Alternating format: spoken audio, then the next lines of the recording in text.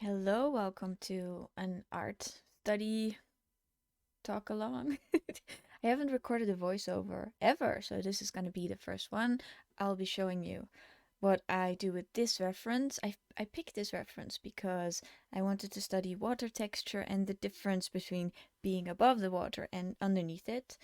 And this is what I made of it. Here we are. And I wanted to explore painterly texture and just how to render water textures. It took me about 9 hours. It's a bit long for a study, but you'll see the stumbling blocks I crossed along the road in the speed paint. You'll be seeing the intro I made on my Twitch stream where I started this painting, and after that it's going to be speed paint but with my voiceover. So enjoy. I've made the background the same dimensions as my reference. That's what I always do. And normally I'd say, hey, if you're new to this, just trace mark where the proportions are and put them down on your canvas. But I'm already past that. I've evolved. I like to sketch with this brush if it is more than 6 opacity. And I'm starting with a warm red just because, I don't know, the undertones maybe. I'm just gonna get down to that. I'm gonna zoom out because I don't like to be this close. Didn't want to be this close to the details. I kind of cut myself off there in the editing process. So what I'm doing here, I'm blocking in the major colors. I'm also picking them myself to train that. And I'm also working with the negative space a lot. I don't focus on the details, so it's good to zoom out for that part. I also took a red color because red represents the blood underneath the skin, and that's always a good place to start your sketches with. I don't know, you could also use a cool color, but I haven't delved into that subject enough to give you a really good opinion on it. The brushes I'm using are from Insta. I highly recommend looking at her YouTube. It's where I learned most of my art skills. She also has a Reddit community where I post a lot of my art in the past just to get a critique, because critique is so important. If you see the red line on the screen, that's mostly my roller coaster theory of how much fun it is to paint while you're painting.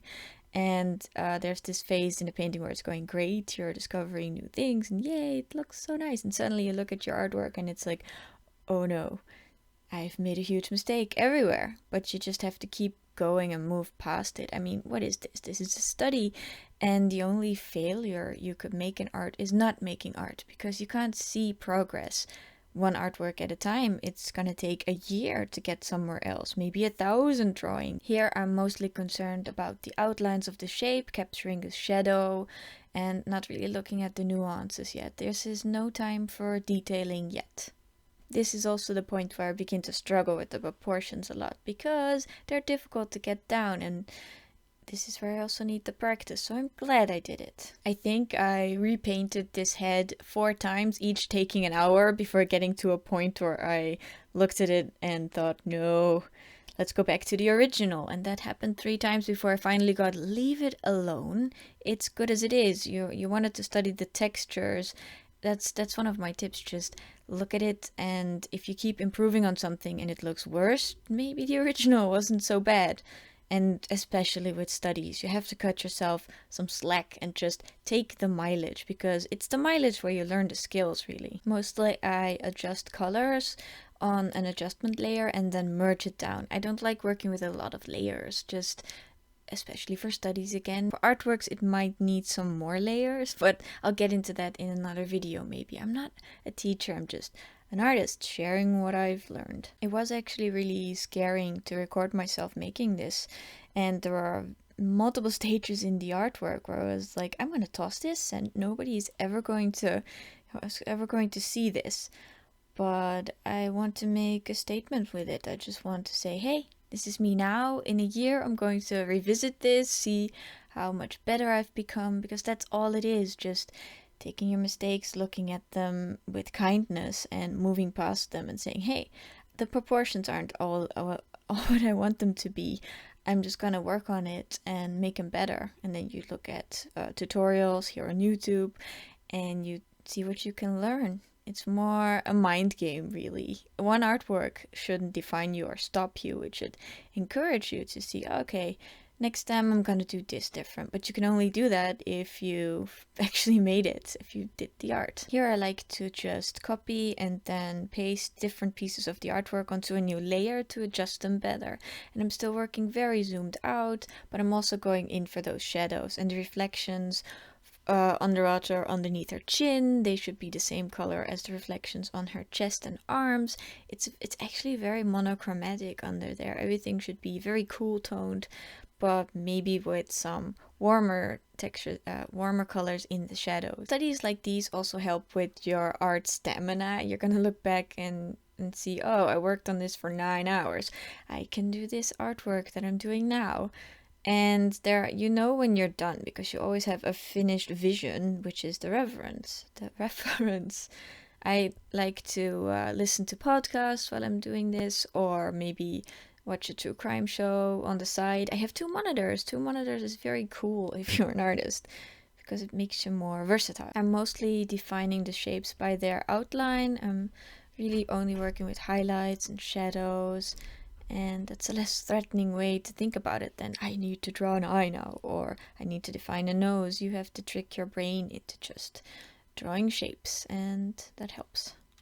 I also like to use the brush on full opacity. I get really cranky when I'm drawing and there's these weird marks I'm making and I look up, oh, the opacity, it's back at 50% instead of 100. The pen pressure sensitivity also comes into play. So I hope you have a software that allows for the sensitivity of your pen. If you're drawing with a mouse, you have my biggest respect, because ouch on the wrist. Speaking of your wrist, you should really be taking care of your hands, because yeah, they are your instrument. You're an artist.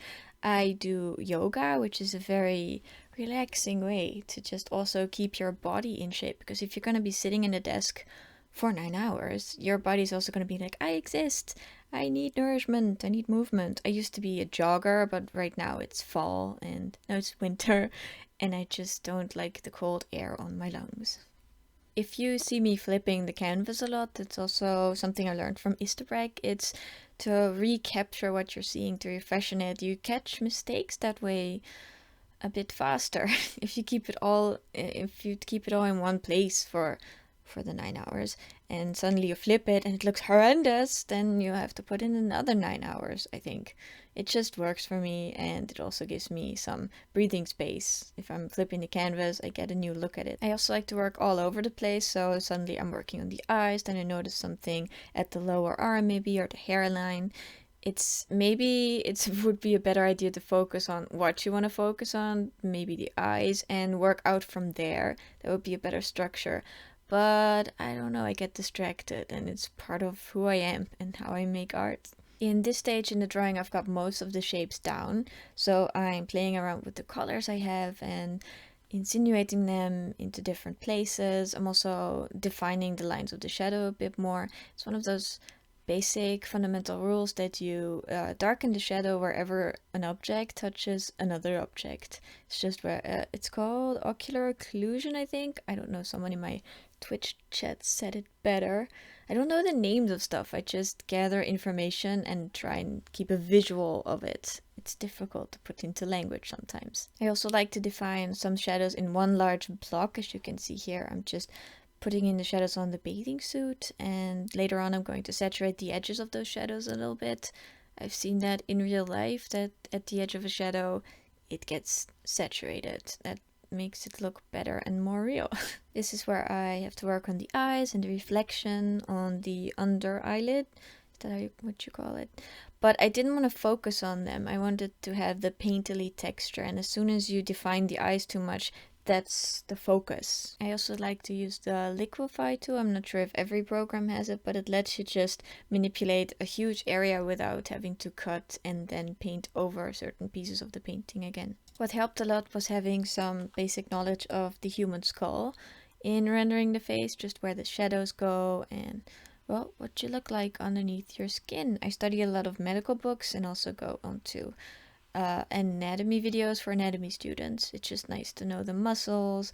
It's also a fundamental. I should probably put one. I'm gonna put up a list at the end of the video of the fundamentals, and you can just pick one and study it for a while. It should give you a nice basic in everything. Sometimes I really feel like a jack of all trades because I like painterly, but I also like the saturation of the more cartoonesque style. But inspiration can really come from anywhere, and the combination of what you're interested in and what you're studying will determine your style. It's going to give a unique look, so don't be afraid to experiment. And if somebody says, hey, this isn't in your style, then you say, I don't have a style yet. It's still in development, and keep working on it for the rest of your life. I mean, what's better than having a life full of art and getting better every year? Oh, but you have to be careful not to study your mistakes, because then you'll only get better at failure. It's something I learned in music school when I was learning the violin. If you keep practicing something and it's not good, and you keep doing it over and over again, it's a lot of dedication, but you'll only get better at what you're doing wrong. What I mean with this is I used to study just without reference and without, I don't want to be influenced by anyone. I want to be me from the inside out. Without anatomy, I know everything. That was younger me about, I don't know, 4 years ago. But I would only just make the same works again and again, and I wouldn't see improvement. Improvement is really getting out of your comfort zone and saying, I'm not good at backgrounds. Oh, okay, then I'm going to study backgrounds, and I'm also going to learn from other people how they did it and be humble about it. That's, oh yeah, kind of kill your ego in it.